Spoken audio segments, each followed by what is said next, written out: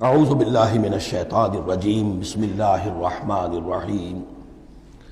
اب اس کے بعد کچھ وہی جو معاملات انسانی ہیں اس پر اب بحث، جیسا کہ میں نے کہا تھا کہ ایک لڑی ہے شریعت کی، معاملات کی۔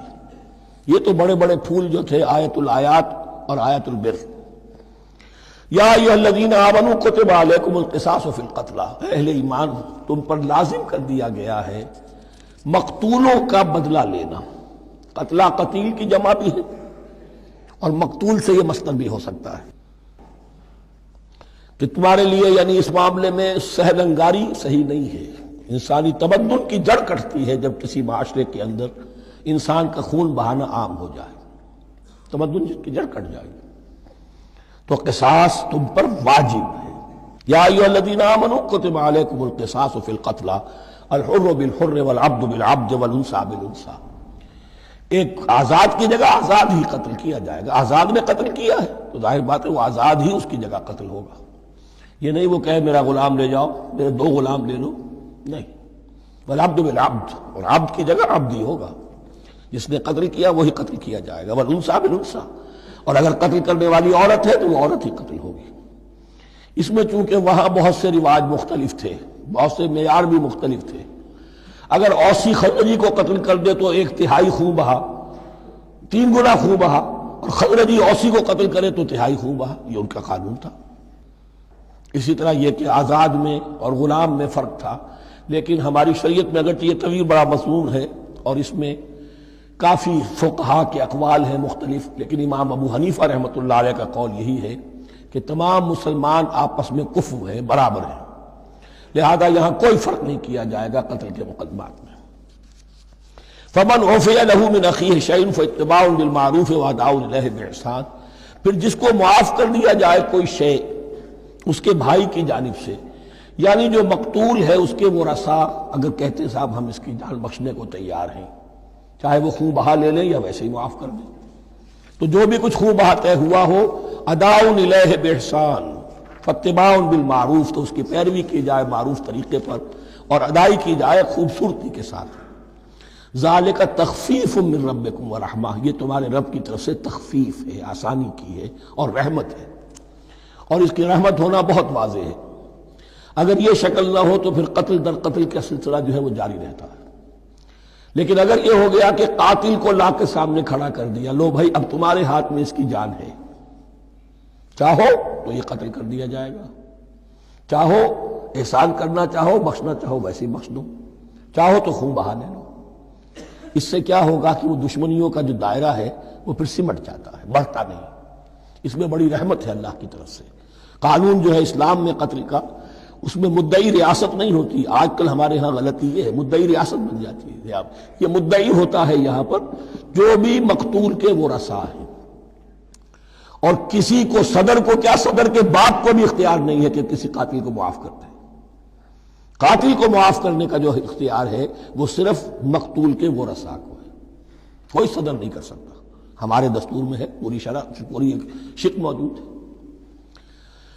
فمن اعتدی بعد ذلک فلہ عذاب علیم، اور جو اس کے بعد بھی حد سے تجاوز کرے گا تو اس کے لیے دردناک اور بہت بڑا عذاب ہوگا۔ وَلَكُمْ فِي الْقِصَاصِ حَيَاةٌ يَا أُولِي الْأَلْبَابِ لَعَلَّكُمْ تَتَّقُونَ، اور اے ہوش مندو قصاص میں زندگی ہے تمہارے لیے۔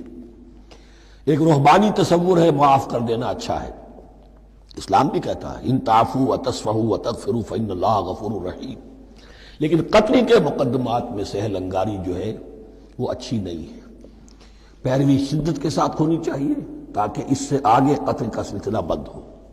وَلَكُمْ فِي الْقِصَاصِ حَيَاةٌ يَا أُولِي الْأَلْبَابِ لَعَلَّكُمْ تَتَّقُونَ، تاکہ تم بچ سکیں۔ اب کتب علیکم دوبارہ آ گیا۔ یہ کتبہ کے لفظ کو سمجھ لیجئے، جہاں بھی کوئی شے فرض کی جائے گی، لازم کی جائے گی، وہ کتبہ ہے۔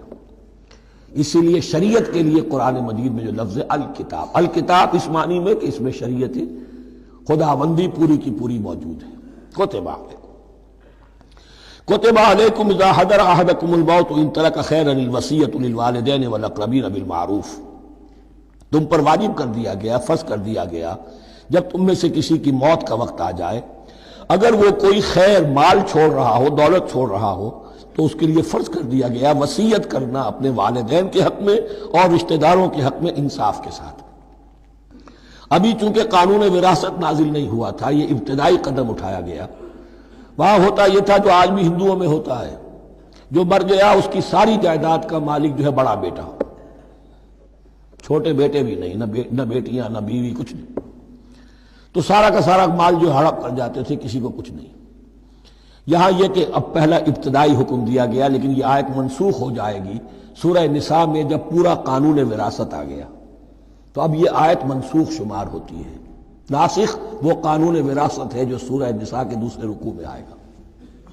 البتہ اس کے ایک حصے کو حضور نے باقی رکھا ہے، وہ گویا کہ سنت نے اس کے ایک جز کو برقرار رکھا ہے، اور وہ جز یہ ہے کہ مرنے والا 1/3 اپنے مال کے لیے وصیت کر سکتا ہے کسی کے لیے، 1/3 سے زیادہ نہیں، اور وارث کے لیے وصیت نہیں ہوگی، جس کی وراثت میں حق مقرر ہو چکا ہے اس کے لیے وصیت نہیں ہوگی، وہ غیر وارث کے لیے وصیت ہوگی، کسی دینی ادارے کو دینا چاہے، کسی اور کو دینا چاہے، یتیم کو، بیوہ کو، یتیم خانے کو، ٹھیک ہے، 1/3، 2/3 میں قانون وراثت کی تنفیذ ہوگی لازماً۔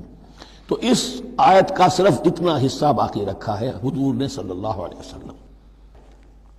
حقاً علی المتقین، یہ اللہ کا تقوی رکھنے والوں پر حق ہے، واجب ہے کہ وہ وصیت کریں کہ ہمارے والدین کو یہ مل جائے، فلاں رشتہ دار کو یہ مل جائے، باقی جو ہے جو بھی ورثاء ہیں لے جائیں۔ فمن بدلہ بعد ما سمعہ، تو جس نے بدل دیا اس وصیت کو اس کے بعد کہ اسے سنا تھا، فإنما اسمہ علی الذین یبدلونہ، تو اس کا بوجھ، اس کا گناہ انہی پر آئے گا جو تبدیل کرتے ہیں۔ جو وصیت کرنے والا تھا وہ بری ہے، اس نے صحیح وصیت کی تھی، جس نے بعد میں اس وصیت میں تحریف کی، تبدیلی کی، اس کا وبال، اس کا بوجھ انہی پر آئے گا۔ ان اللہ سمیع علیم، یقینا اللہ سب کچھ سننے والا اور جاننے والا ہے۔ فمن خاف من موص جنفا، اب اگر کسی کو اندیشہ ہوا کہ وصیت کرنے والے نے جانبداری برتی ہے، ٹھیک وصیت نہیں کی ہے، دیانتداری کے ساتھ اس کی رائے یہ ہوئی، او اسمن، یا گناہ اس نے کمایا ہے، فاصلح بینہم، اور اب ان کے مابین صلح کرا دی، ورثاء کو جمع کیا کہ بھائی وراثت تو یہ تھی، ان کی وصیت تھی، لیکن